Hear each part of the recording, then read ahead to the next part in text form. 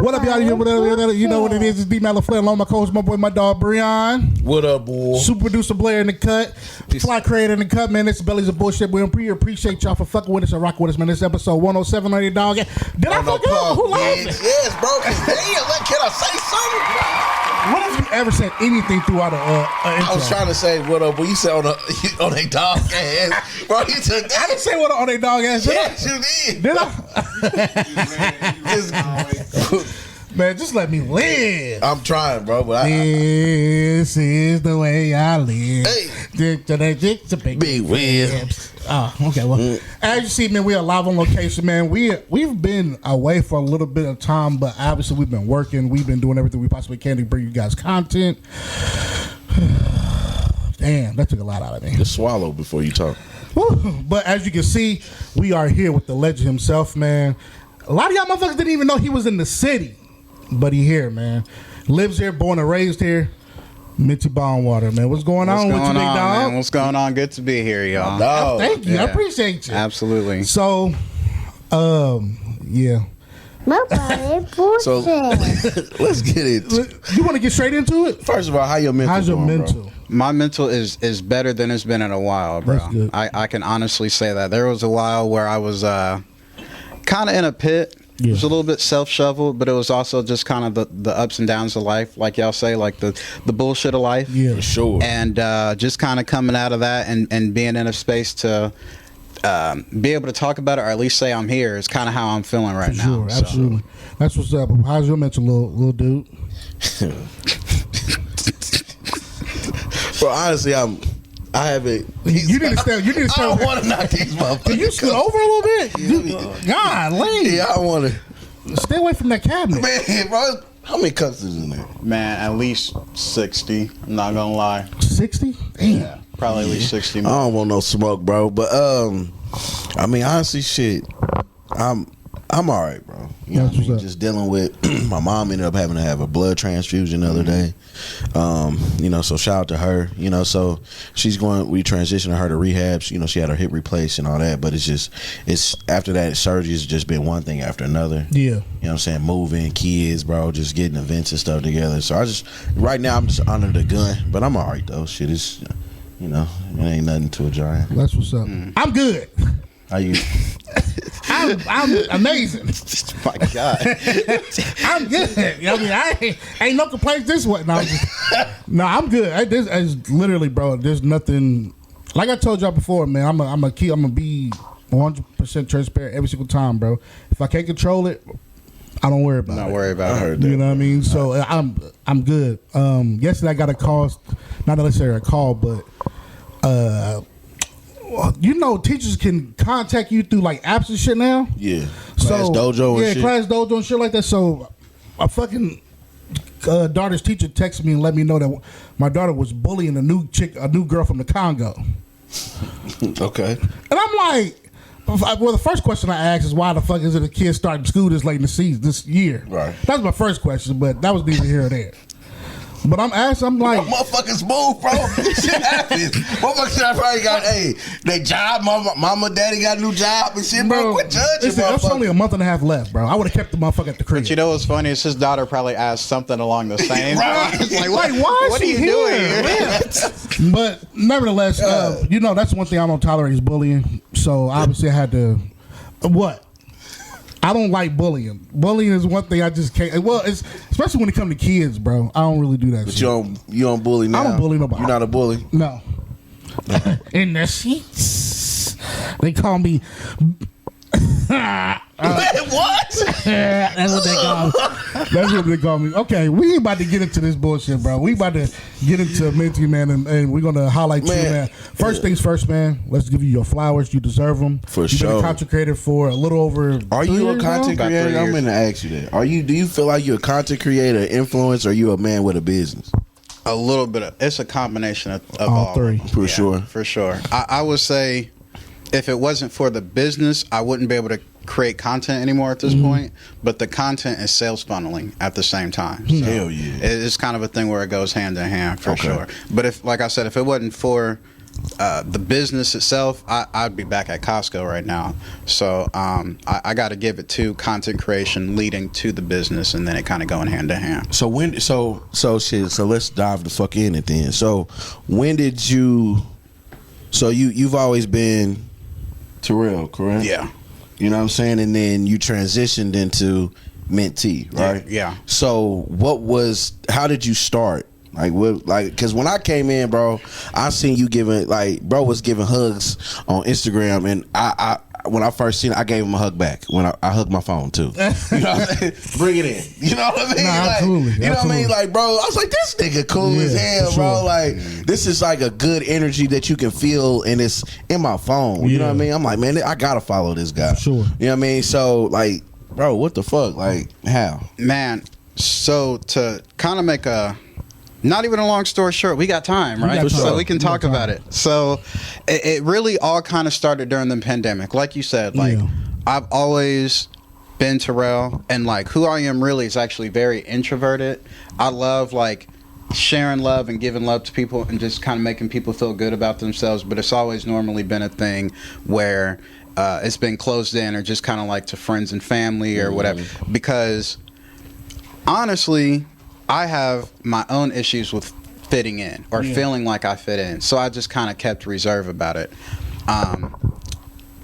Back in 2016, I started a job at Costco. I worked there for about 4 or 5-ish years. And during that time was the pandemic. It had just started in. So I was an essential worker, whatever that meant. And only so many people could travel and stuff. And it just got really weird. And that's when TikTok really took off because, there was a fairly new app. Shout out to TikTok. That's I'm not going to lie, the Changed numbers. your life. Yeah, absolutely. Things are, what it is now. But, TikTok really did. TikTok really started everything for me, man. Sure. So, during the pandemic, I made a TikTok account. And it was really just for scrolling. I had maybe 26 followers. It was friends and family. You know what I mean? Maybe a couple OnlyFans models or some shit. You know what I mean? Just some basic OnlyFans models. Social media shit. You know what I mean? Whatever. And you shouting out the wrong motherfucker. What that bro? They essential. I did bring it up. I ain't gonna lie. But I was just, everybody was inside, bro. Everybody was just in their house. Stop playing. Everybody was in the house, bro. So I'm, just on TikTok, and at the time, my fiance, I came home from work one day, and my fiance was like, you need to make a video right now. I've always had a green thumb. So we had maybe about 60, 80 plants between the living room and the bedroom, just all over the house. Had Plant a bunch daddy. of plants. Just one. So she was like, you need to make a video and talk about your plants. So this one particular day on TikTok, there were a lot of black creators and viewers that were sick of what was going on with how TikTok was treating black creators. And so they were doing this thing where it was a blackout, where they were liking and commenting black creators' content and just kind of giving everybody else a break because it's TikTok is already shadow banning a lot of our black creators, so we're going to choose this day to highlight. So I was like, yeah. She was like, if you want to do anything with anything, today's the day. Okay. So shout out to Sarah, my fiance or ex-fiance really put me on. My kid's mom, love her to death. Really put me on, and I was like, okay. So we sat down, and she directed me through the TikTok, told me what I should say and everything, and I remember it perfectly. It's hi, my name's Terrell, and I love plants, really love them. And it was a TV intro, as I'm talking, it was a monologue of the plants and me watering a couple and dancing while balancing them on my head and stuff. I was I'm pretty much. Today, I've seen a lot of people talk about, what they enjoy doing and stuff, but I didn't see a lot of people talk about plants. So if you want to follow me and all this stuff, man, bro, I woke up the next day. I had 26 followers that night. I woke up the next day. I had 14.2 thousand followers. Damn. What? That video went to 715,000 views. Damn. Wow. In one night. 12 night. hours. God damn. Change up, damn. And then from there, what was that like? What was the mindset when you woke up and you seen that? What was the mindset? Was it like just and all at that point in time, or was it like, damn, I need bro, there's something here. I knew it was something here. It's something there. Yeah. One of my favorite songs to play on the way to work after that was "This Is America" by Childish Gambino. Okay, yeah. And at the end, there was an ad lib. It was like, "America, I just checked my following account and you motherfuckers owe me." Yeah. And ever since that song, ever since I heard that, yeah, I was like, bro, I can really turn this, because then I start getting. It is really so many ups and downs with it, but I started getting the people in my ear that's like, anything over 10K is a platform, which I believe that. Absolutely. Especially on TikTok. I think it varies on different social media platforms, but if you have 10,000 followers, you have a platform. Yeah, absolutely. So I was like, oh shit, I can really do something with this and like not have to work. And then the pandemic was scary. All that shit going on with like presidents and all that shit was scary. So I was also under the assumption that the world was getting ready to end, or like things were getting ready to get real bad soon. So I was like, I need to hurry and get rich because I want to be able to take care of my family, or like put us in a bunker or something. If like, no, for real, bro, for real. I'm ready for the zombie during the pandemic, bro. I was like, because like I also grew up in a Christian church, so like it was so many things leading on. I like how y'all talk about how it really affects people's mentals, because that's really where I was the whole time, was like in my head about things. Yeah. And I was just like, man, I have got to like do something with this. I've been granted an opportunity. I don't know how long this 15 minutes might last. So for a while, I was almost doing like it was like bowling or like rolling dice. Like, what is it that's gonna stick? Because of course the plant thing did well for a minute, and I think there's always going to be an element of it that did well, but then the other plant daddies and you know, it started to become a little trendy. The cleaning videos and people cleaning their apartments and stuff, and all of that. You know, trends started to grow within groups, and like what 10 people did that became cool, then 100 people started doing it. Absolutely. Yeah, kind of like with the yes, the chick with the NPCs. And everybody a goddamn robot. So okay. And that was over the course of years still. Yeah. And then, well, maybe a course of about a year. And then I remember, one day I was getting ready to go to Costco, and I was already talking about plants all the time. I had already started talking about like crystals and energies and stuff. And I hadn't really started talking about my love for tea yet. So I like remember I poured a cup, or I like filled up a French press and a crystal and a plant, and I set up in the sunroom and was like, "Hey, good morning. Looks like you just woke up." But it was because I had just woke up. Yeah. And I was like, I made you a cup of tea, and like poured it, and was like, "Here's a crystal and all this stuff." And then I handed him the plant that I was getting ready to water that day too, and was like, "Have a good day." And it was just like another effect, where it was like, people love that fuck shit. up, People love it. So it's just it's all organic. Exactly. And then it was just kind of like repeating that formula, rotating a plant, a crystal, and a tea every single day. That's consistency as fuck, bro. Sure. And then I'm gonna share this last part, and then let y'all ask the next question. The thing that really started the tea business for me was, my mom worked at Tease Me Cafe downtown when I was a kid. Okay. But before Tamika Catchings owned it, I believe it was a gentleman named Dwayne. Okay. That owned it. And when we would go and pick her up, I would sit and talk to him, and he would take me under his wing about like the business. I've always loved making money. And like, so he would talk to me about like the business stuff and the ins and outs, and just tea itself. He would give me like teas that would expire, or go out a sale date, or like new flavors that he would be trying. So that kind of started my love for tea. And I would do all these good morning, and fast forward, I would do all these good morning videos. And this kid commented and was like, I bet he doesn't even make all these teas that he's pouring in the morning. And I was like, okay. Yeah. I'm finna show you. Yeah. And I not to say that I wasn't. Some were like Tezo teas that were like blueberry. But then I started like really doing my research on like, then I found out there was a passion for that, and then that's what kind of where this kind of started. So that's dope. Yeah, man. There's a whole origin behind it, for sure. Yeah, for sure. So let's kind of rewind back before all that. Indianapolis, East Side, baby. Yeah. How was growing up for you? Honestly, it was not that bad. I am the middle child out of 5. Yeah. Okay. We came from Kokomo. Okay. But I think we moved from Kokomo when I was about 4 or 5. Yeah, I was 4 because I had my 5th birthday on College Avenue. So we moved from Kokomo straight to College Avenue.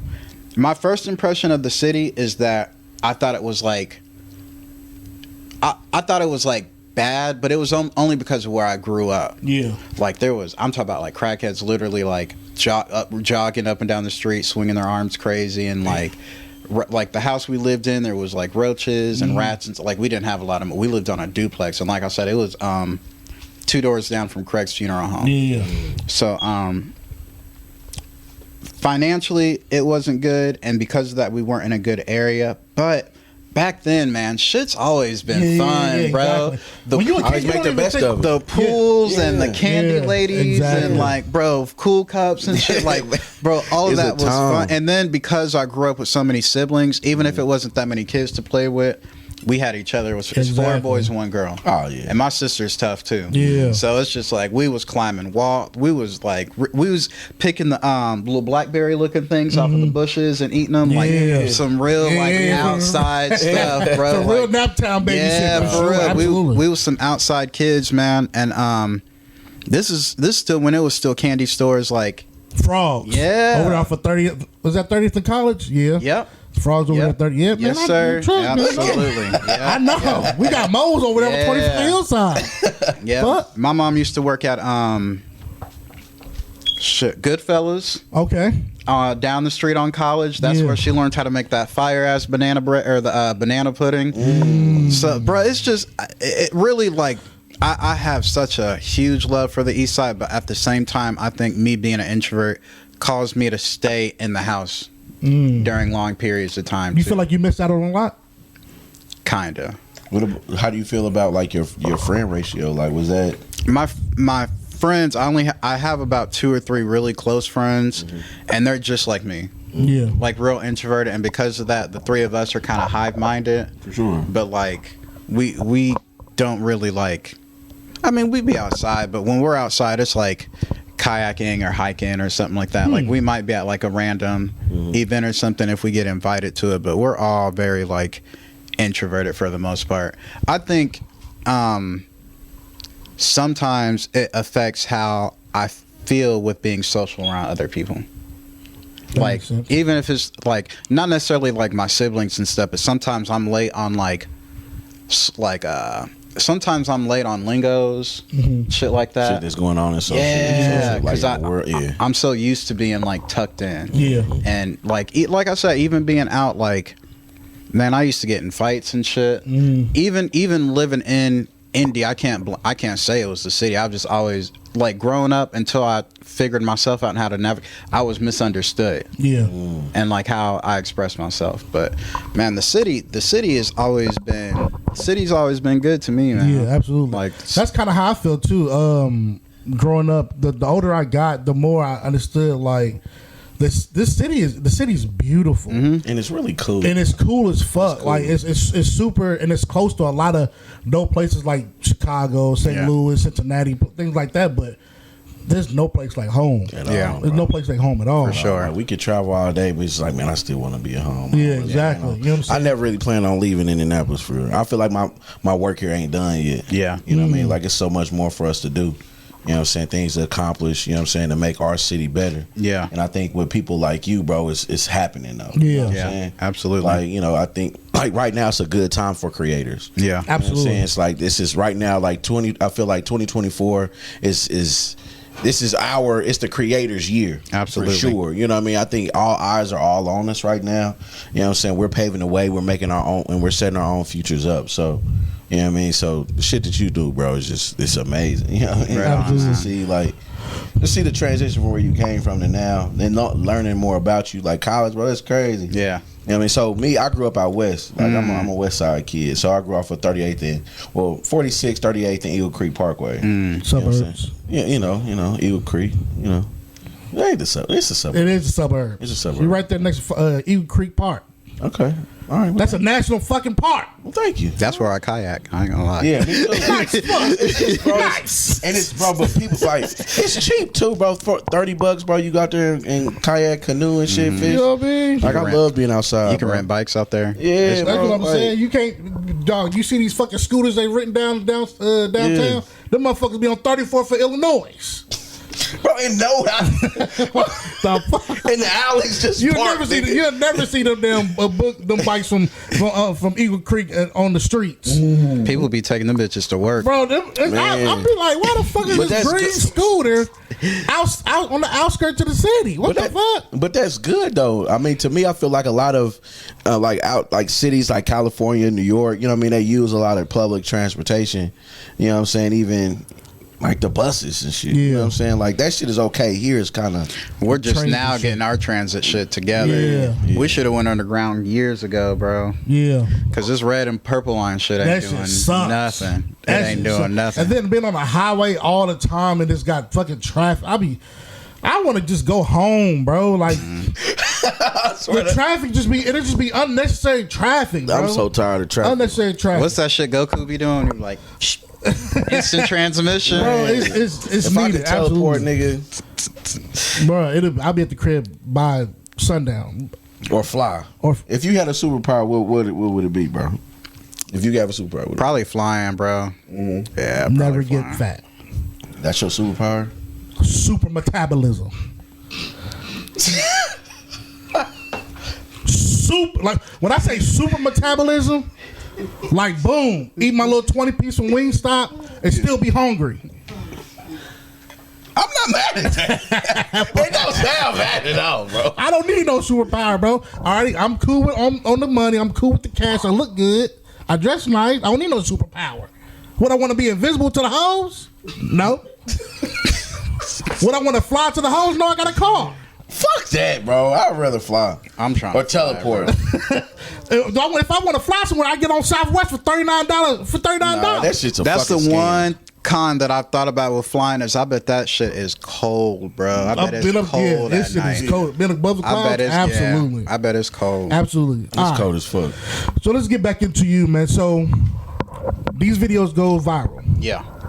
What's next? Is it so the follower count goes up? Mm.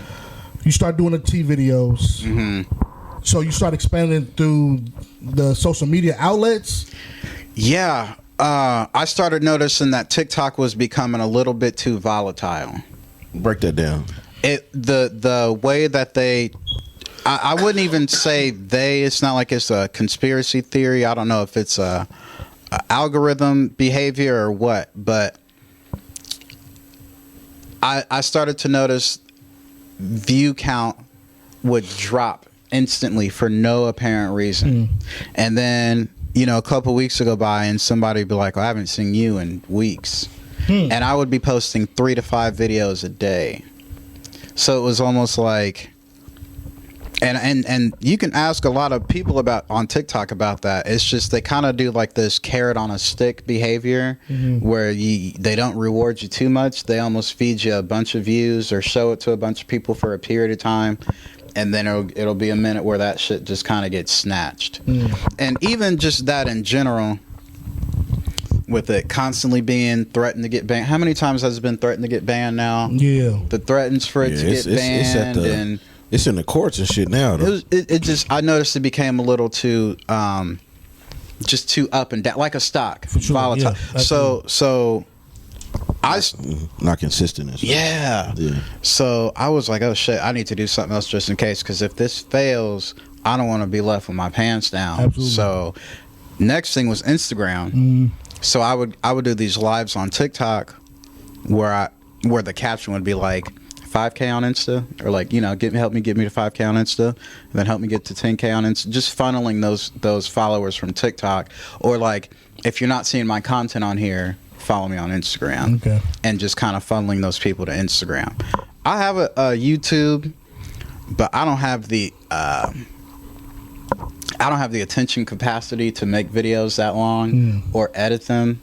I think the videos, to me, and the same with like my followers, are kind of like chicken nuggets. Like, it's like easier in small pieces to like consume rather than large or longer videos. So I never really went the YouTube route.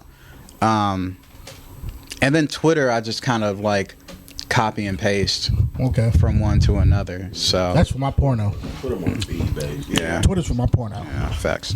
No, for real. Yeah. Hey, like, come on, y'all. Twitter crazy. Come on, y'all. Like, y'all know. I don't open it. If you know, you know. You know. I don't open it when I'm out in public. The shit is called X, bro. He knew what he was doing. What the fuck he was doing, bro? They got some good content on there. I ain't gonna hold you. Hey, man, look. I just followed this wolf pussy chick on accident. Okay. It was crazy. I didn't know what I was scrolling. It's just big ass Come on, bro. shadow Thundercat like, on that motherfucker. No shaving? Yeah. You know what I'm talking about? Hey, man. One of these. What are these? Nah, she What are these? was doing her thing. Man, the secret is really following Sexy Red. Really? Sexy Red. If you follow Sexy Red, and They be under her shit, don't they? anytime she makes a post, bro. Yep.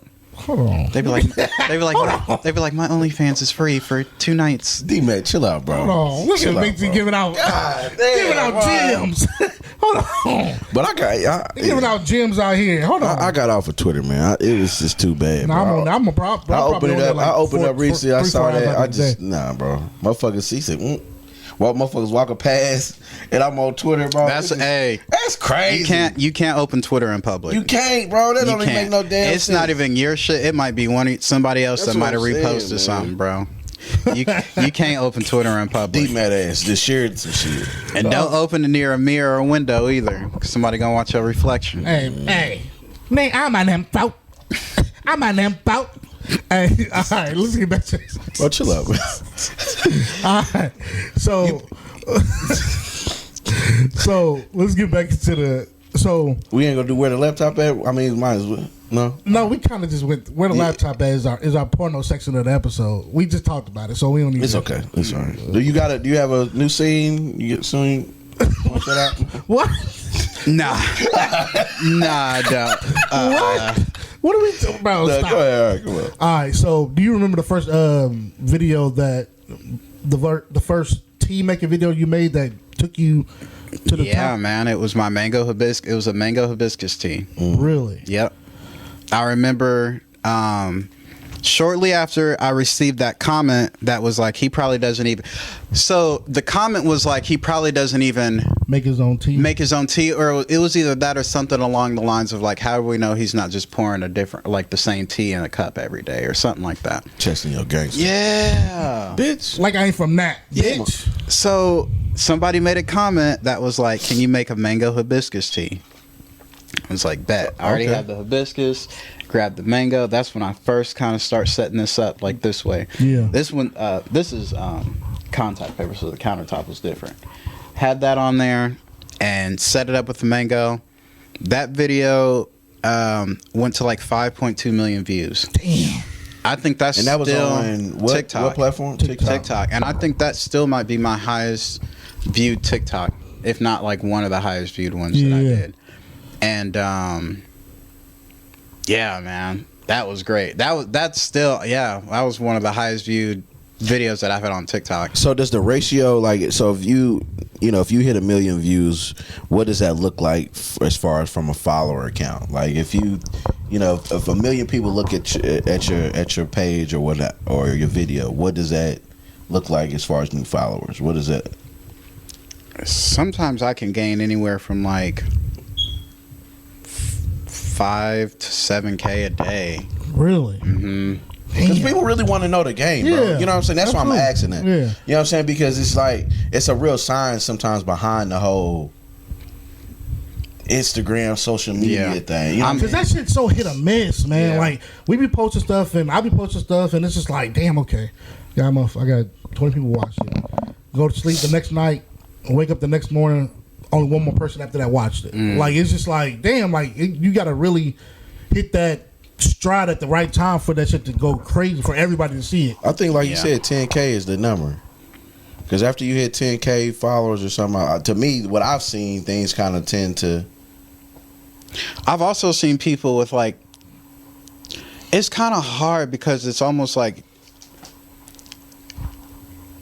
in some cases, somebody might have like 30,000 followers, but all of their videos have like, they'll have like 1 million views each video and only have like 30K, but it's only because they do something so niche. Like the dude who was like, stop, I could have dropped my croissant. Do y'all remember him? Yeah.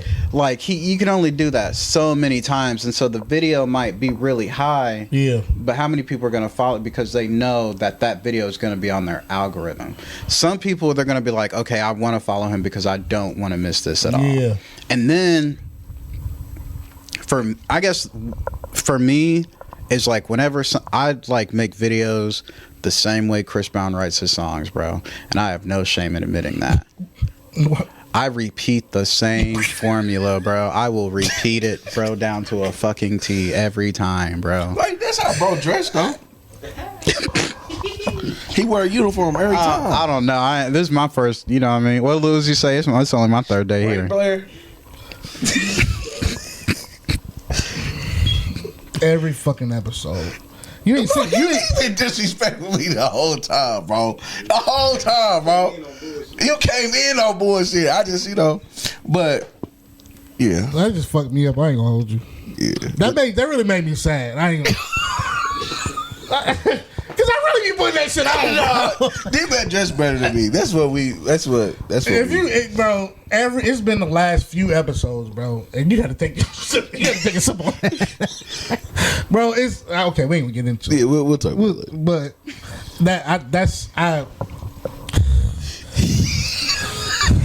What's that one scripture the old people say? I rebuke you in the name of Jesus. You pussy. That's cool. God damn. So all right, so all right. How do you separate the two now? Now that you're here now, like I mean, you got a I want to say cult following, but at this point in time, it's like, bro, you really got motion. You know what I mean? You got motion. You have a solid fan base. What do you? How do I separate Terrell from Minty? Yeah. Exactly. Oh man, Minty is a entity. Minty is an online entity that is a reflection of who I am. But that's why whenever I do the my logo, for instance, I always make it look a little bit more bubbly in character, a little bit more rounded, kind of like a Lilo and Stitch character, because or almost like the Gorillas. Like Minty is like that. Like Minty is a entity, and it's not any different from who I am, but it's like everybody on the internet don't need to know everything about me or what I'm doing. Exactly. You know what I mean? Exactly. So privacy is good, bro. You got to separate the two. That makes sense. So, and even with like, how do you do it though? How you turn it on and off? Man, yeah, being able to differentiate social media from the real person. How hard is it? I wouldn't say it's acting, but it can be a switch sometimes. Like if I'm like out and somebody recognizes me, I'll turn on the smile real quick and like do the whole thing where it's like, "How are you?" Give a hug and stuff. I'm pretty sure you get recognized like every day. Yeah. Yeah. Sometimes before I get my hair cut. And I'll be trying to be noticed, bro. Yeah, absolutely. And I wear a bonnet, bro. When I be going to the gas station in the morning, I wear like the long bonnet for like the locks, bro. And I got it like happened to me the other day, right before I went to my barber, bro. And like, chick was fine, bro. This tall, light skinned lady, and I was like, "Oh, I'm a fan," and all this stuff, and wanted a hug, and I was just like, "Dang, I look dusty." Yeah. And I had just got my hair done, so it was like the hoodie I had on the next day or had on the night before had hair all over it still. Like, she didn't give a fuck. No, she didn't care. She didn't give a fuck. They don't care, bro. You got motion. They don't give a fuck. We talking Minty. Over the years of how I've been operating, I've had some very humbling moments where I've learned that shit don't always work. Yeah. Like I've gotten like put out of places or still had to pay for shit or like, so that whole route. I don't even go nowhere if I gotta pay now.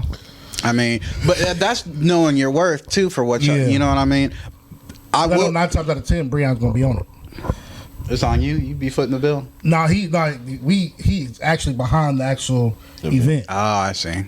Yeah. So I don't even pay. Type shit. That's one that I learned recently. Type shit.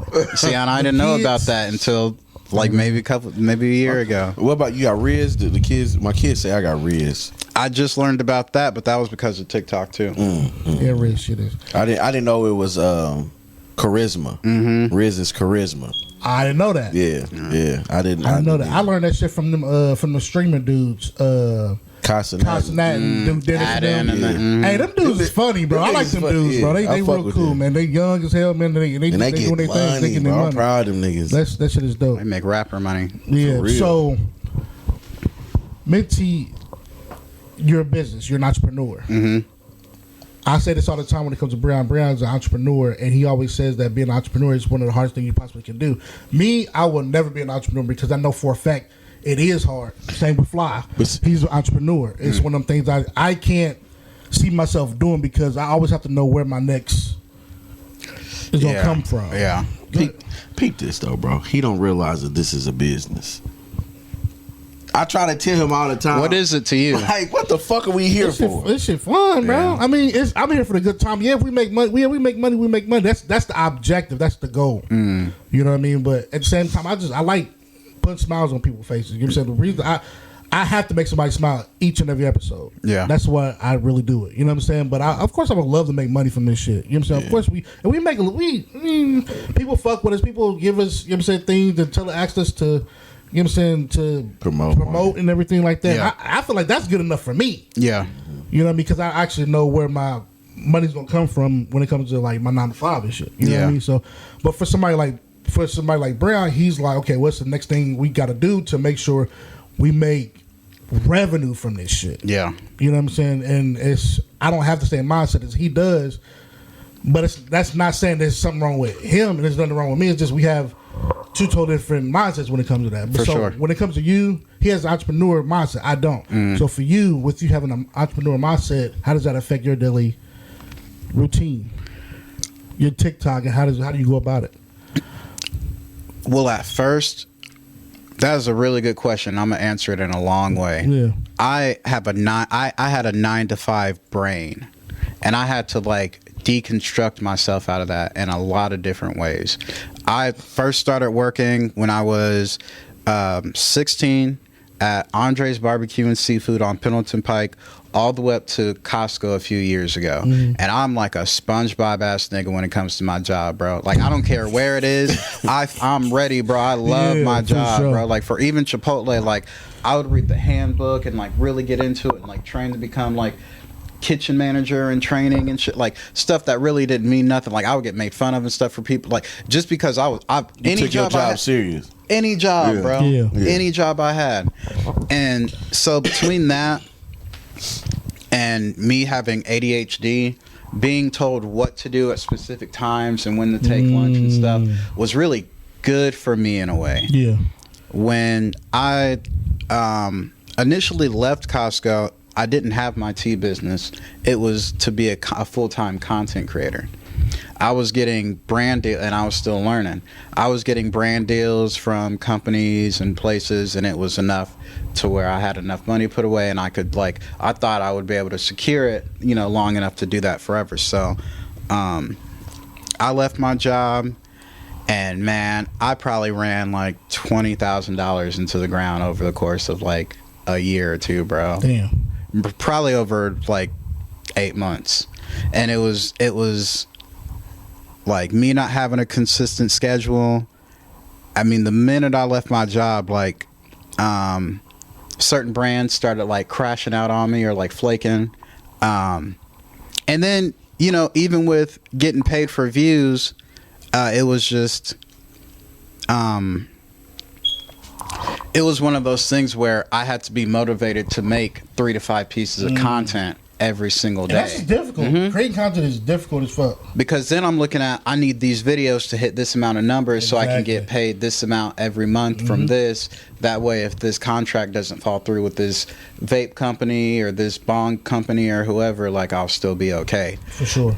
So honestly, that just being combined with not knowing how to create my own schedule, waking up at noon, because now I'm working for myself so I can do what I want, right? So I'm waking up at 12, 2 p.m. I'm treating every day like it's the summer, like partying every single day, door dashing and getting crab legs and just like doing that every day, because now I've like found this freedom where I think I'm working for myself, and then I look and like, I'm like, oh shit, I'm losing way more money than I'm making right now. Like way more money. And I started the tea business, but in the midst of that going on, I think I started to find a better handle on consistency and just being tougher on myself, and understanding that being an entrepreneur, and you probably get this, bro, being an entrepreneur means that you go from having one boss to really everybody's your boss. Everybody you sell something to, every social media company, like, or every social media platform, now all of them are your boss. Like, I never thought about that way. Even if you like, because you got to consistently put out. Even if you sell cakes or cut hair, like now you got to like have a $400 camera or $800 camera, because everything is so saturated on social media now, to where, you know, you kind of have to put out that way in order to have a product sold or have anything sold, or just to have your videos seen. You know, so or at least it was like that, you know, maybe a year ago. I think it's kind of thinned out a little bit, but yeah, man, it was definitely a struggle. And then with those good morning and good night videos, that was set up in my room. That was my bedroom. So like waking up sometimes, because I would make good night videos and pass out sometimes.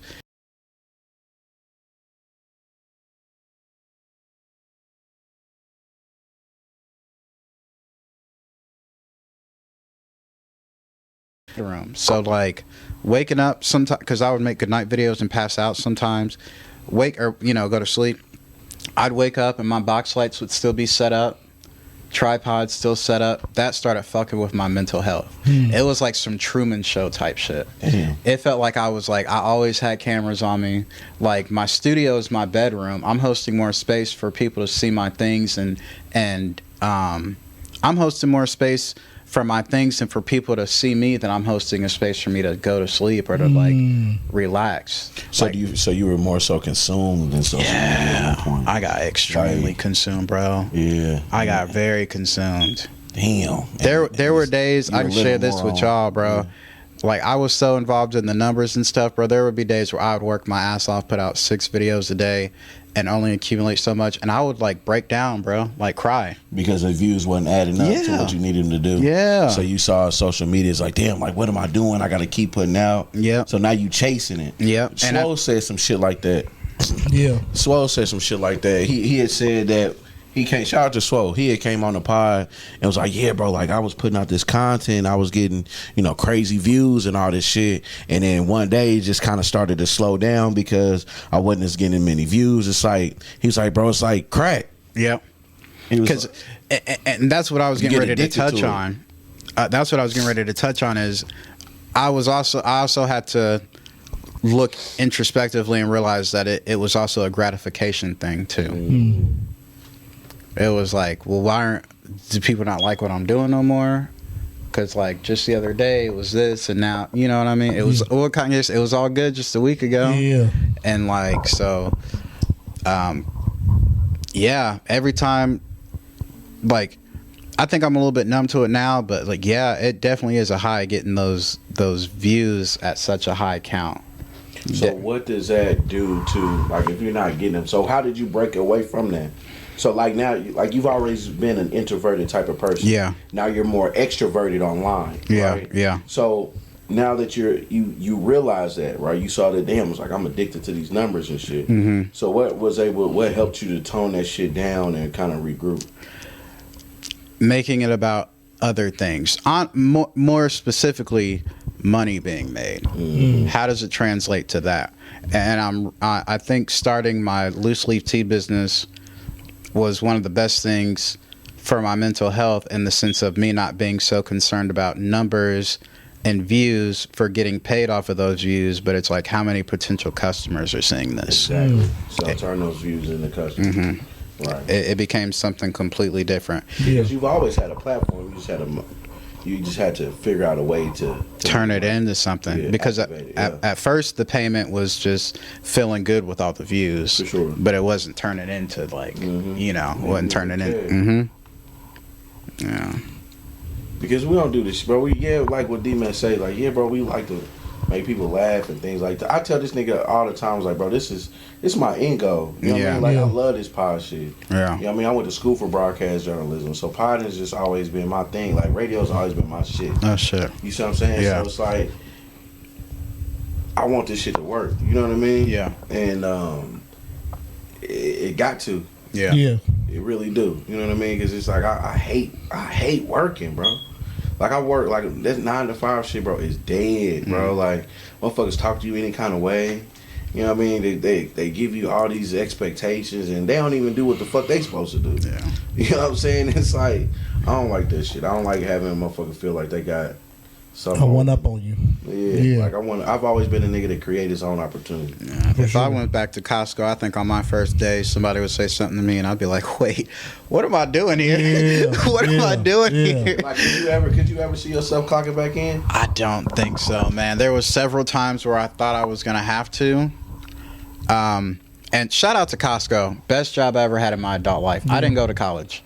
So for me, like, they was paying, I think at the most I was making was like almost $25 an hour, time and a half on Sunday. Like, that was pretty sweet to me. Yeah. And I started working there when I was, like I said, it's been 5 years. So I was about 25 when I first. So just between that and the benefits they offered, it was the best job, one of the best jobs I've ever had in my adult life. Okay. But I did think I would have to go back and push carts for a second. Just went in between being a content creator and not starting the tea business yet. There was a kind of a gray area there where I thought I was gonna have to come back after about a year. But toughed it out, and we here. Yeah, we are here. Yeah. So fatherhood, man. Yeah, How old's the baby? She's 10 months old. She'll be 11 months old on the 22nd. Bro, what was that phone call like? It wasn't a phone call. Ooh, what was it? It was me and my baby moms getting ready to go out to eat. Right? And I was like, dang, you know what? I want some oysters. Pregnant women can't eat oysters, bro. Oh, for real? So I was like, damn, I want some oysters. I'm really in the mood for some oysters. You said you ain't had none before, right? She was like, yeah. I was like, let's go get some. She's like, I can't. I was like, you can't have oysters? I was like, are you allergic? Shellfish? Which we've been, like, it's my high school sweetheart. Yeah. So we've known each other forever. What year did you graduate? 2012. Okay. All right. Like, I went to her. You a young stallion. Like, I went to her Sweet 16 with her and everything. Like, That's crazy. But anyway, I'm like, can't eat oysters. What's up? And I said it jokingly. I was like, you're not pregnant, are you? And she was like, yep. And I was just like, oh, shit. Because, like, for me, I wasn't done being selfish. But I knew it was time anyway. Yeah, absolutely. Like, that was the biggest thing. It was like, I was not done being selfish. What does that mean? If you don't mind diving into that. Well, I thought that a baby would stunt anything happening with Minty. Okay. I thought it would delay traveling and flights and just like attention in general. Being a content creator, like, there is a certain percentage of people, even if it's 0.5%, that are following you and watching your videos because they have a hopes of being in a relationship with you, or, like, you know what I mean. I'm telling you, even with y'all, I'm telling you, there is at least 0.1 or 0.2% of people that watch y'all stuff because there's an attract, like, you know what I mean. Like, there's always something to where it's like someone of, like, the opposite sex or whatever is watching your stuff because and the moment you announce a baby or an engagement, or that's when it's like, I'm out. Little girl, something. I do that shit. It's just whenever I see a chick on Facebook, bro, and she all of a sudden pregnant or she got a boyfriend, I'm how did y'all feel when Rihanna got married or pregnant? It was like your heart got. I ain't give a fuck about her. My heart. I'm talking about a chick from the city. Hey, a chick that you liked on Facebook, she pop up pregnant.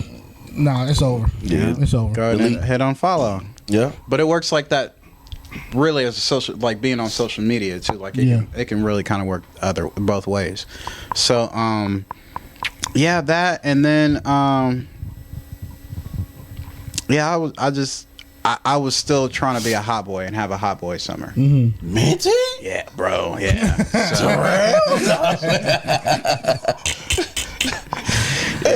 boy, you chasing that tail, boy. Yeah. So I was still trying to go out and party every summer, or all summer, and like. Cause I mean, you got to think, bro, where you was at in life. You know what I mean? To this newfound attraction to you. You know what I mean? Yeah. Like this, bro. It's a lot, bro. That could be overwhelming as fuck. You get millions and millions of people looking at you and shit. Yeah. You get bitches come out the woodwork for this motherfucker. You know I thought I was a shit when I hosted my damn pep rally in high school. I thought I was a shit. When was this? 08? I must have been absent that day. Yeah, because you wasn't shit.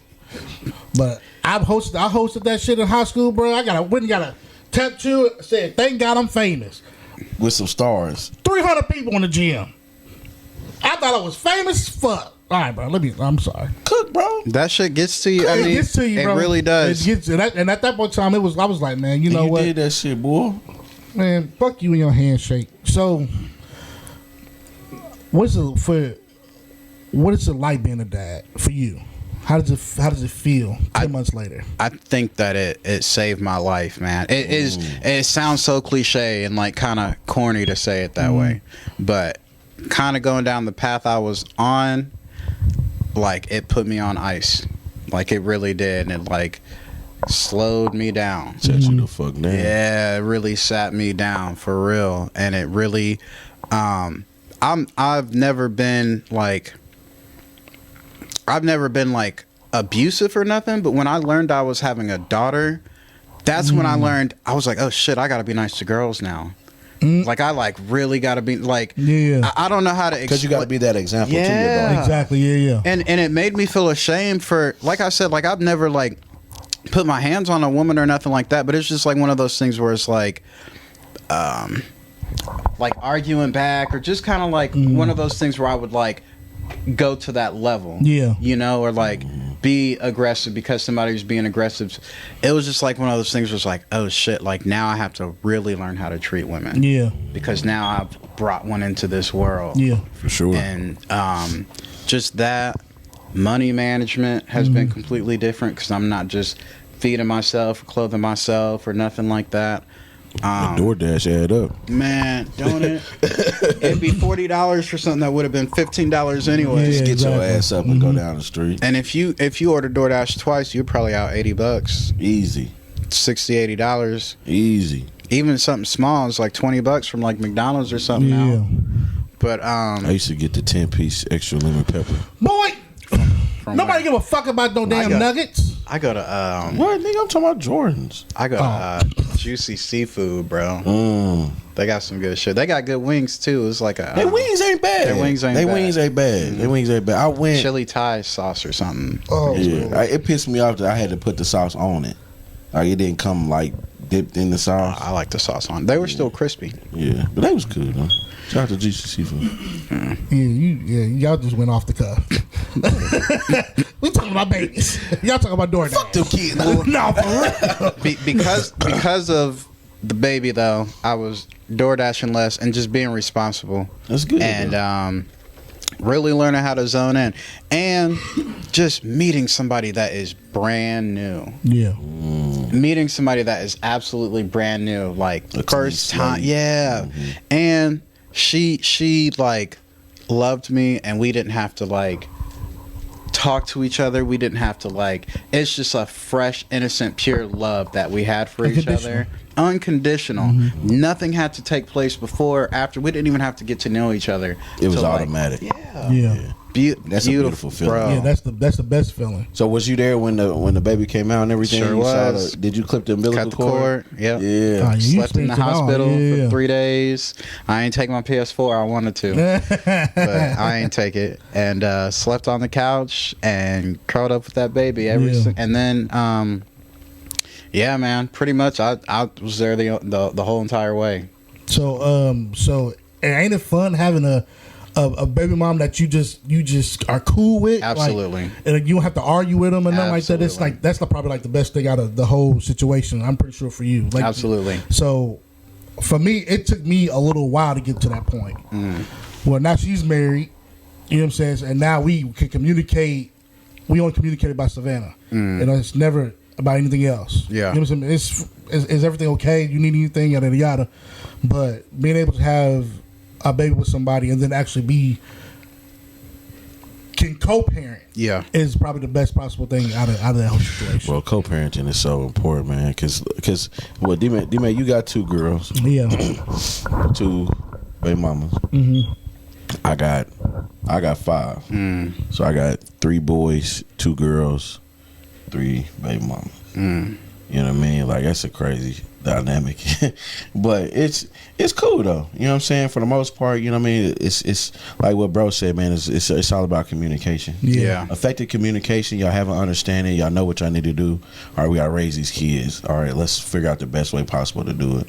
Absolutely. You know what I mean? Some people make it hard, bro. It ain't got to be that hard, bro. Yeah. All of it is effective communication and a plan. Yeah.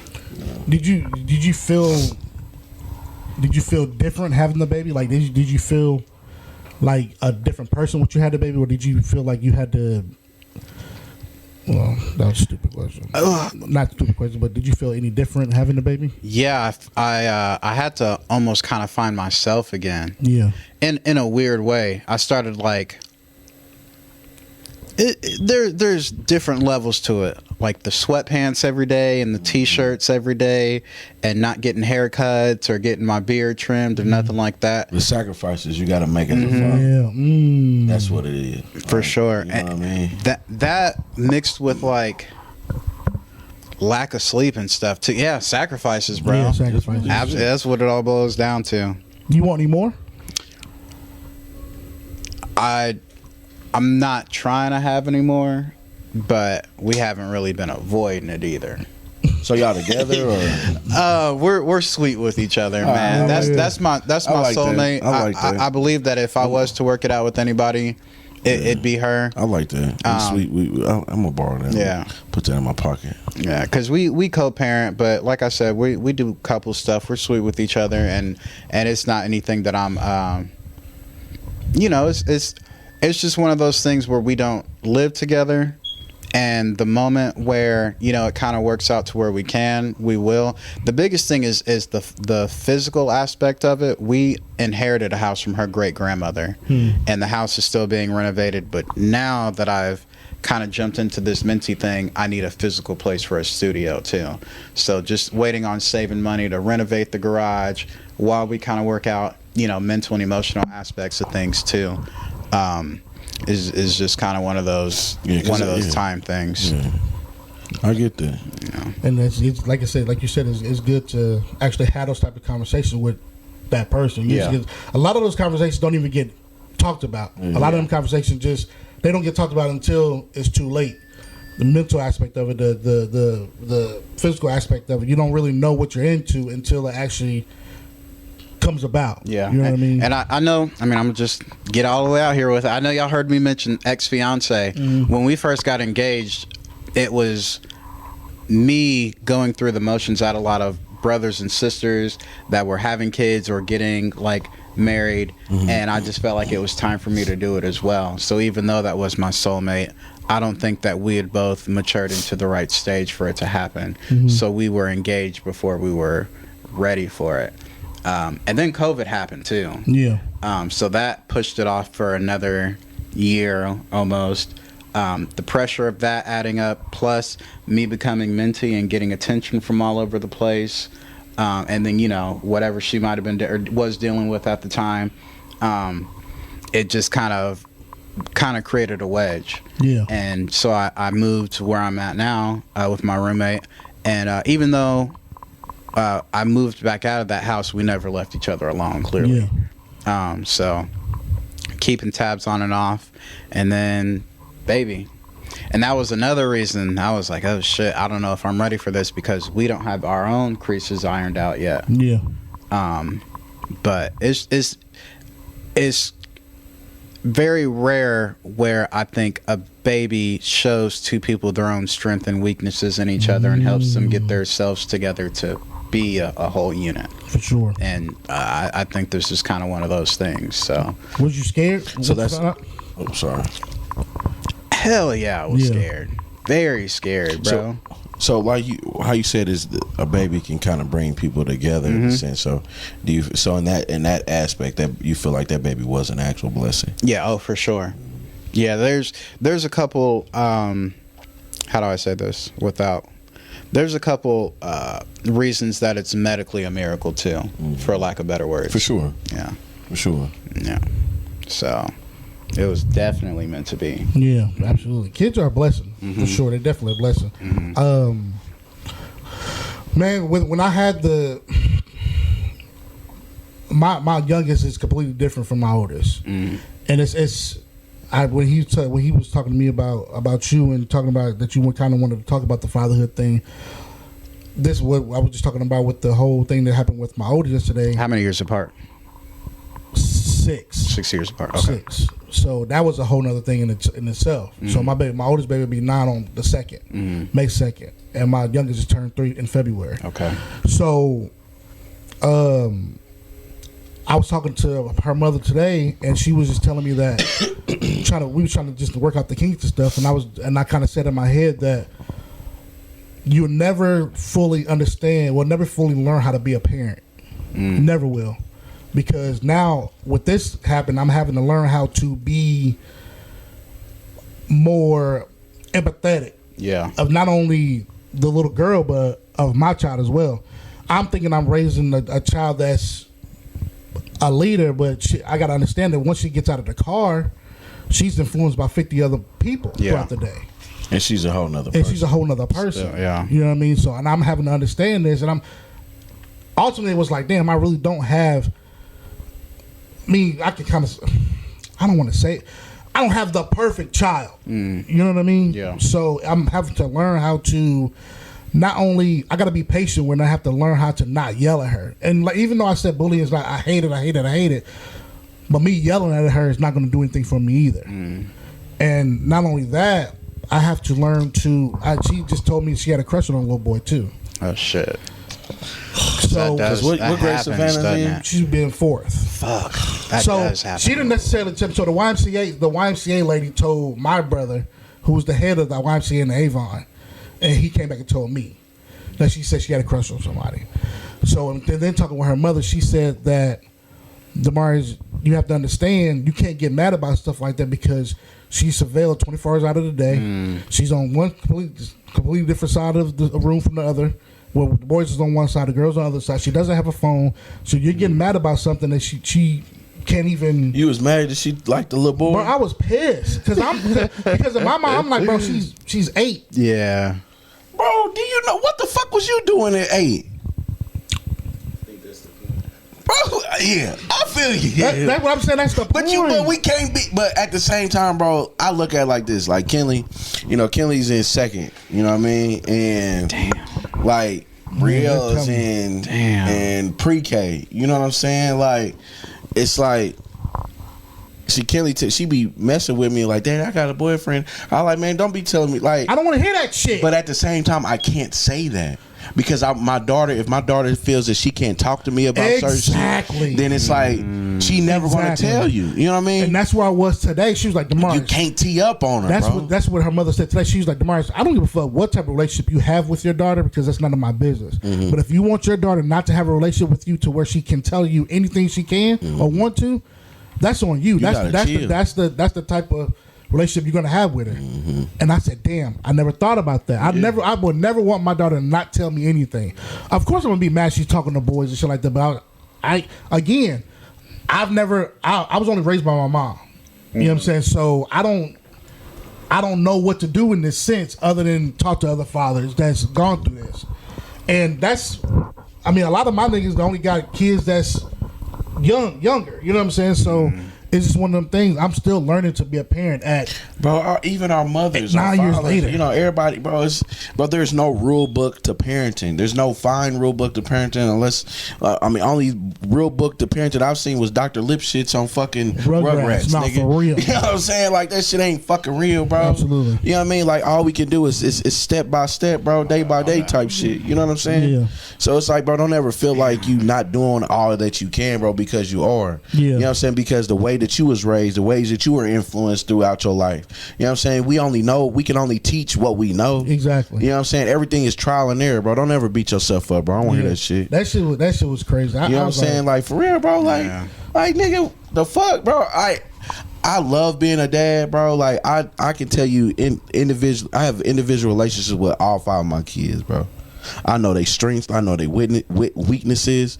You know, I know this shit, bro, because I'm in tune with my kids because I talk to them. You know what I'm saying? So it's like you just got to build that camaraderie with your kids and then that understanding and that trust. You know what I'm saying? You're not going to be able to teach them everything. You know what I'm saying? But don't stress over the things you can't. Exactly. And I told y'all that at the beginning of the episode. I don't stress over things I can't control. But again, sometimes you do, bro. Stop saying that. That's a sometimey thing. Yeah. I can't control if my child likes somebody. What I'm gonna threaten it? Dog, you ain't gonna like it when I hit you in your mouth. What's that gonna do? But that's why you set boundaries and expectations of your child. Yeah. You know what I'm saying? Say, hey, look, Savannah, that's good that you like boys. Boys are awesome, right? However, but as you grow older, then you'll be more ready and inclined to date. Yeah. Right now, your main focus should be on school and having fun. Yeah, absolutely. You know what I'm saying? Like that, you just got to deter it, bro, and retrain her focus onto something better. Absolutely. So all this stuff is to say, you'll never be fully ready to be a parent at all, bro. Never. It's like this conversation was like y'all being on the same road as me, and I can see y'all down the street, but y'all are like miles ahead of me. Yeah. You know what I'm? But I'm on the same road, so I'm on the way there anyway. Yeah. So just and it's always good to, like you said. Were you raised by? Was your dad in your life and shit? No. So my stepdad was absolutely yeah. So you don't know his daddy. See, I've never met my dad. I've never met. The only male I had was my grandfather, and obviously he had his own household and shit. And I got an auntie that's my same age. He had to raise her. You know what I mean? So it's one of them things. These, like I said, this is things I'm having to learn on the fly. Yeah, watching Uncle Phil, watching Carl Winslow, watching all these TV dads be daddies. Well, I don't think them are good examples because we just heard that they was getting busy. But nevertheless, that don't take away from their father. That don't take away from the father that was on TV. The image that they what they did behind closed doors, behind set, nothing to do with nothing. Bumping belly, that ain't got nothing to do with it. Ain't got nothing to do with nothing. We just found that out last episode, bro. Yeah, they were fucking. They was intimate. I didn't even know that. Uncle Phil and who? Carl Winslow, the butler, the dad. Family. I thought it was too. I thought him. Family Matters. I thought Urkel. Yeah. Shit. The police officer, daddy. Yikes. And then you gotta think of it, bro. They a match made in heaven. One's a police officer, one's a judge. Power couple on their dog ass. So we ain't gonna put that in on the air. It's still allegedly. Alleged. It's still alleged. Allegedly. Allegedly. You know what I mean? But like I said, that'd be good. That's a good Hollywood couple there. You'll never be fully ready to be a parent.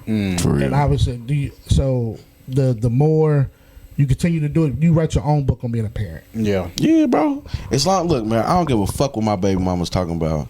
As long as I look in my kids' eyes and they fuck with me, nigga, that's all that matters. You know what I'm saying? I don't give a fuck about these motherfuckers and their opinions, bro. We cool. There ain't no beef or nothing.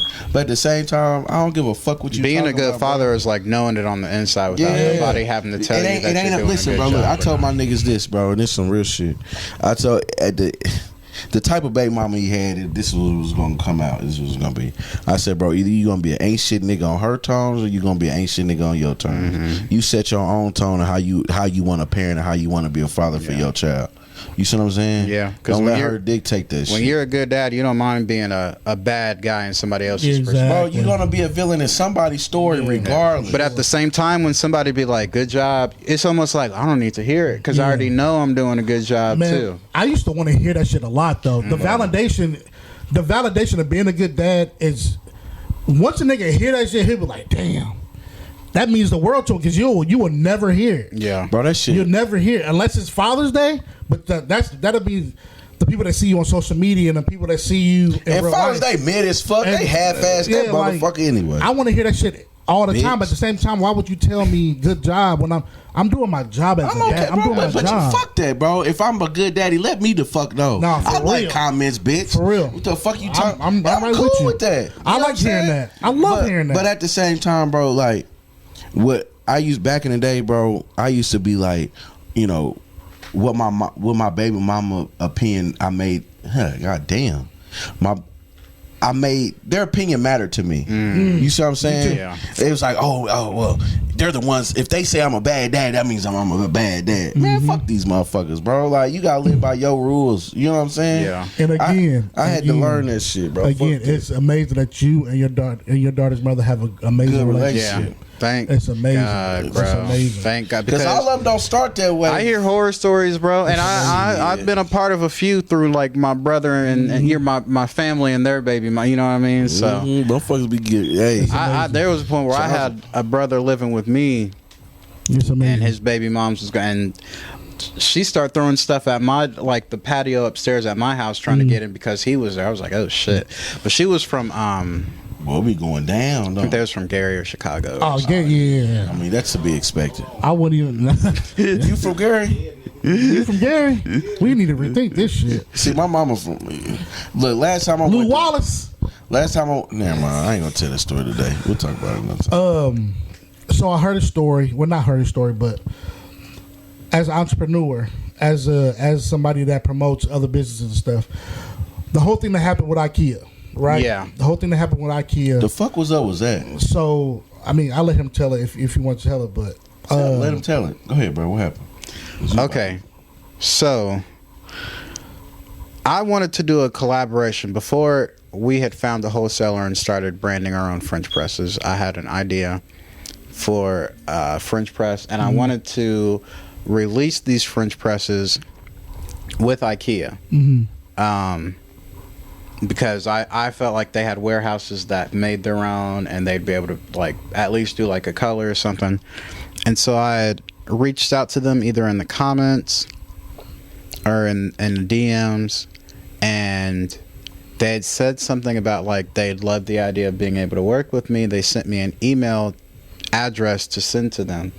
So I send them an email address telling them what I want to do for these mint green French presses, and they don't get back with me. And like, I don't know if it's not even egotistical. My content has driven up French presses, bro. There's no question about We it. going to IKEA to get them every time. Like I feel as though my content, not even feel, I know that my content has inspired more people to use French presses. At least 100,000. You know what I mean? Like a lot of people. I bought a heat press just off of your video, bro. So IKEA, no cap. So I think that maybe they started doing some digging and looking and seeing that. Maybe it was like, well, shit, we have kind of sold a higher amount recently, or I don't know.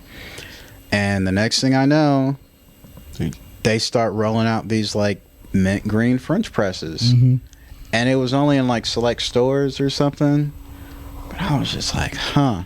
And that was the first time that I had gotten ripped off by like a huge company, or had an idea stolen from me by like a huge company.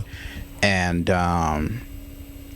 yeah, man, it kind of hurt, I'm not gonna lie, because I love IKEA, bro. Like my whole bedroom is IKEA, and like but that's the first time I understood like big business and man, anything that's over $1 billion is built off of other people, usually screwing them over.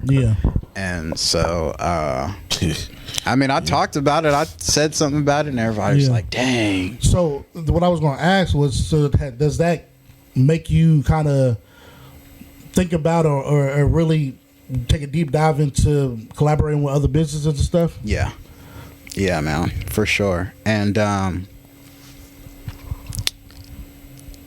yeah, I think if they can't afford you or don't want to give you a cut, it just it's not moral, but it's easier to just take your idea, especially if you're a smaller creator. Yeah.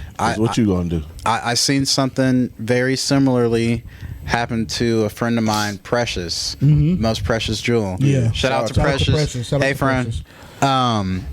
She did a collaboration for some women's group discussing like an event that was going on.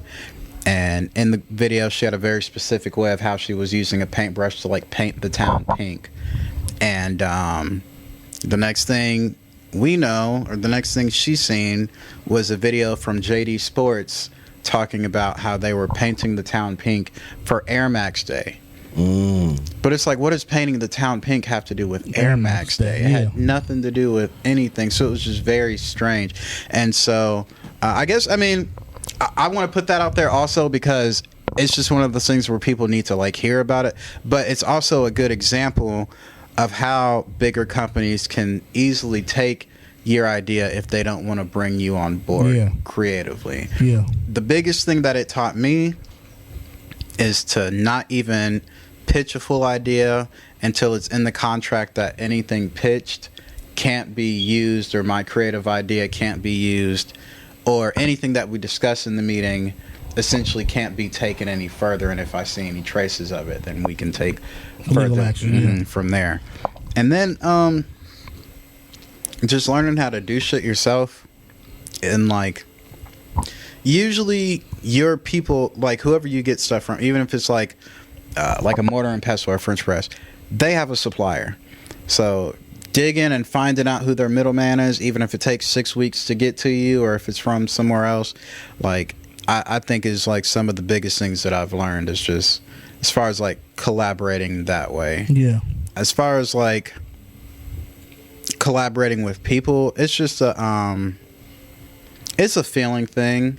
And I've seen several people work with me, and then the next thing you know, they might have a tea company, or they're doing like something with tea, but it only goes on for so long because you can tell a difference between somebody having a passion and like, you know. So I tell people everything I know, where I get my shit from, where I get my herbs from, what dehydrators I'll use, because you can invest all that money if you want to, but they ain't gonna make it like if you don't have the passion for it, it's just a waste of money. And selling tea is just not like I mean, it's nice, but it's not one of those things where you're just gonna come up off of it immediately.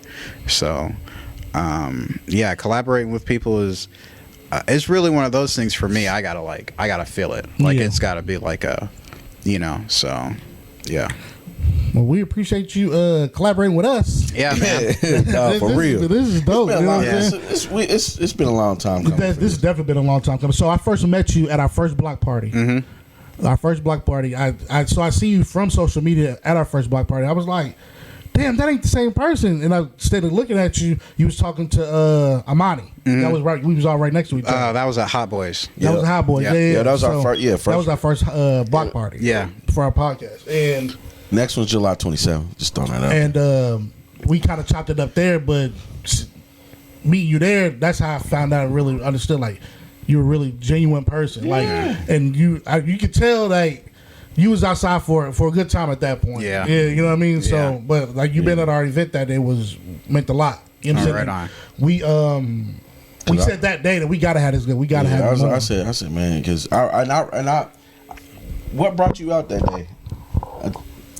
Shit, I think we were just going to Hot Boys to get food. I think it was one of those things where it was a couple other things just either going on or something, and we went to Hot Boys, and y'all just happened to be popped up. Yeah. So either that or my ex at the time knew about it, and we went out for that. So. But regardless, you was there, so you supported us. So for sure, that was dope. That was And again, we're about to make this tea. Now, I don't like tea. I'm not one of them type of people that just drink tea. About tea? I don't. It's a taste thing for me. I can already tell you, I'm so excited, bro. Okay, it's a taste. It's that earthy, grassy kind of taste. And the good thing about what I do, what I'm getting ready to do, I wouldn't say I mask that flavor. It just works. And then there's so many different kinds of teas. It's kind of like Lil Wayne songs, and you're just able to like pick one where the flavor profile matches to where you'll find something. Because you probably had like a green tea or something that was just like. It was just one of them things like just tea, iced tea, southern sweet tea, shit like that. Just don't do it for me. Really? But watching your videos and shit, now I can really see. Now I see you can really just mash this shit any way you want to. And it'll probably, like I said, I'm excited. So yeah, we're gonna do that, man. That's your new phrase. It just don't do it for me. It just don't do it for me. And how do I put this? They're technically teas because they're tea bases and all of the liquid is a tea, but there's so much fruit added and herbs that it's kind of like where a tea ends and where a juice kind of starts. Okay. Ooh, okay. So you got like a hybrid thing type going. You know what I mean? In the middle type thing. Like hey. What's that diagram that's why it's a mint two tea. ovals? That's why it's a mint tea. The two little circles. Yeah. No, for real. So tell everybody what you got going on now. So now, man, I'm actually tonight. So this will already be over by the time, and hopefully you'll go to my page and see some footage. Tomorrow I am headed to Nashville, Tennessee for Nashville CannaFest. They asked me and my friends to kind of be a guest out there. So we'll be out there from the 18th to the 22nd. And then as soon as we come back, me and the tea company Minty are going to be dropping our teas, restocking our teas again. These teas are harder to get than a Telfar bag. So we drop once a month.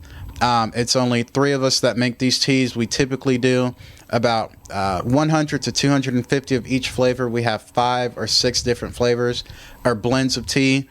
This month it'll be mango hibiscus. We're having a banana chamomile, which is a good sleepy time tea. Watermelon mint green tea, which makes a good iced tea. We have a banana bread chai, which is a new one. A blueberry basil white tea, and a medicine ball, which is a popular copycat of the medicine ball blend that they have at Starbucks. Okay. So, yeah, man, it's kind of like the way we kind of do it is like crumble cookies. Every month we'll have about 3 to 4 blends that we always have, and then we throw in 1 or 2 new blends to get people excited or just kind of switch things up. And then I say it's like Telfar because we only drop once a month, and we typically sell out here in about like 2 days to a week. Yeah. So that's awesome. Yeah, we're going to be dropping on the 27th, April 27th. And yeah, make sure you grab some tea as soon as you can, because like I said, it does sell really fast, and I don't hold any for anybody. Absolutely. As you should. I do got a question, man. So like your grills, bro. Yeah, man. Like what? Like that shit. Yeah, that shit's different. That shit hard, bro. Right on. That shit's different. How many you got? Like, how did you get started? Where I remember you said something earlier about crystals and shit. You believe in that stuff? I do in a placebo type of way. What? A who? Placebo. So like, I thought that was a car. No, I don't even know what car sounds like. Yeah, me neither. A who? Go ahead. I'm sorry. Placebo. So it's like one of those things where, like, if you believe it works enough, then I think it'll work. Like if you say I'm thinking of, something else. Placenta. That's okay. That's back on the father stuff. That's like back on the baby stuff. That's what I heard when he said it, but I'm the dumbass. Okay, whatever. That's cool. It's like one of those things where if somebody hands you this crystal, and I honestly think there are people that believe in it, but during the pandemic, people were starting to cling a lot more onto like some kind of faith or something to believe in. And I think spirituality really kind of started up for a lot of people, myself included. Because yeah, I mean, there's certain things where it would be like, hey, if you take this crystal, you'll feel more courageous throughout the day. Would I feel more courageous throughout the day with that crystal in my pocket? Absolutely. But it may or may not. It may not be because of the crystal. It's just because of the the reflection of that you're putting in that. It's crystal. tangible. Yeah. So we talked to somebody. I'm tired of reference. Yeah, I'm tired of reference her too. But I never understood the crystal thing. Never understood it because I'm like, he said, man, this girl pray the rocks, and I never got it. But she said it's something it's tangible, something that you can touch. It's something that you can. Not a lot of people have seen Jesus. Not a lot of people have seen God, things of that sort. You know what I mean? So with this crystal, it's tangible. You can touch, you can feel it. You know it's there. Yeah. You know what I mean? So that's how a lot of people look at it or go about stuff like that. Yeah. You know what I mean? And then they do have a lot of really cool qualities of their own. Just kind of being a nerd for a second, like quartz watches have a tiny little piece of quartz in them, and your battery sends a little tiny bit of electricity to that quartz, and it resonates at a frequency that's it's precise enough to where we can use it to tell time. And then there are scientists. So it's not a battery. It's the battery that goes to the quartz and helps it like resonate at enough of a consistency. It's a combination. That's of the crazy. Two. Like the battery powers it still. That's tight. And then there are scientists who was working on, I don't know if it's still going on, but they were working on this crystal that can store oxygen for a certain amount of time. What? For like people in the Navy and stuff to like use like underwater and shit like that. So there are certain things that like crystals can do, but I also think that there's a lot of lore and stories that go into like certain crystals that have just started to have people believe in them. For example, everybody knows what amethyst is. So amethyst is like purple crystal that's a little bit clear on top. It's that one right there, the purple one. Okay. And so the story behind how that came about is that the Greek god of wine fell in love with a human lady, and I forgot what happened with her, but she did something bad, and Zeus turned her into a crystal.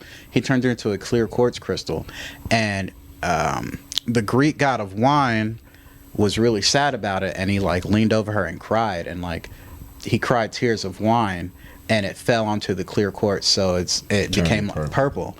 And so because of that, the Romans and the Greeks, they used to drink cups. They used to drink from cups carved from amethyst because they felt like they could drink more without getting fucked up as fast. It's a stone of sobriety and clear thought. There's actually a rehab center in Bloomington called the Amethyst House. Okay. And it's the same, you know. So I think it's just one of those things where human nature has just taught us to put stories behind stuff because it's a different color. And science can explain that it's minerals, but before we had science, we had religion pretty much, or like, you know, stories to make up as to why something is the way it is. So I just really appreciate that whole part of crystals. And so there's sometimes where I do believe in it. And it'd be like with everything else, bro. The things that we all believe. There'd be like times where I believe in it, and there's some times where it's like, man, everything's bullshit. It's just really, you just got to be out here living, man. You just got to be out here doing what you do. So it's really just like a give and take sometimes. Absolutely. So before we're gonna close out here, man. But you know, I mean, real quick, just you know, what. At this point in your life, man, everything that you accomplished in, you know, in these few years, man, like what is something that, like, what's a good takeaway from you? Like, you know, like what is something you're like, damn, like this is something I learned and I can kind of tell the future. You gotta really fucking believe in yourself, and you gotta turn something off in your brain to make you not care about what people think about you. My biggest inspiration for starting this shit. Soulja Boy. What? Really? Soulja Boy is my biggest inspiration to create content in the first place. Soulja Boy is the reason I started creating content. What? I was upstairs in one of my plant rooms at me and my ex-fiance's house, and this is before TikTok even. This is before TikTok. I had made this Facebook page called Me and My Green Thumb, and it was going to be like plant tips and advice and stuff like that. And like I said, this was like 5 years ago, and when I first started recording, it would take me hours to record a 15-minute video, just talk about how to water something or repot something. I didn't like how my mouth moved or anything, so I'd be super self-conscious. And one day, bro, I got high as fuck and was watching the Soulja Boy interview. Drake, and I was just like, and I really started like kind of picking apart this nigga's brain, just like real quick on the spot. And I came to a conclusion. This nigga don't give a fuck about what nobody thinks of him. He don't care about what nobody thinks of him out. Still to this day, bro, Soulja Boy don't care what nobody thinks of him. And he never did. And I don't think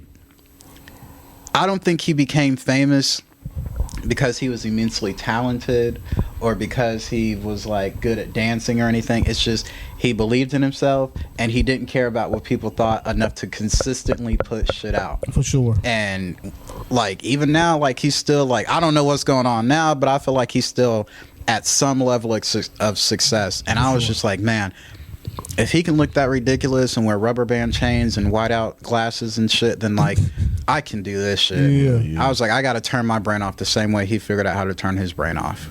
They said Soulja Boy the key, low key. Man, he's been like, they say he really he's been the secret secret recipe for a long time, bro. Shout out because to he really kicked off a lot of this social media shit, bro. YouTube, putting dances to songs, like or shout out for to our Soulja. generation, like he really put on. So Minty, man, we want to give you your flowers, man. We appreciate you. Thank you so much for having us here, man, and giving us the inside look on you. Absolutely. You deserve everything that's coming to real. you. You know what I'm saying, in a positive way. And let everybody meet. And let everybody meet. Terrell. Terrell. Yeah, You know for what I mean? sure. Thank you. We appreciate you giving us the opportunity to do that for you. Absolutely. And with you. You know what I mean? So, Absolutely. Thank you for sharing your platform with us, bro. Yeah, absolutely. And like y'all said, Terrell was here way more than Minty, man. Yeah. So this was a really good interview, and I've always gotten like big brother vibes from both of y'all. Like I said, I grew up in a big family, and like the kind of arm over the shoulder vibe, you can kind of tell when people are like sincere about it.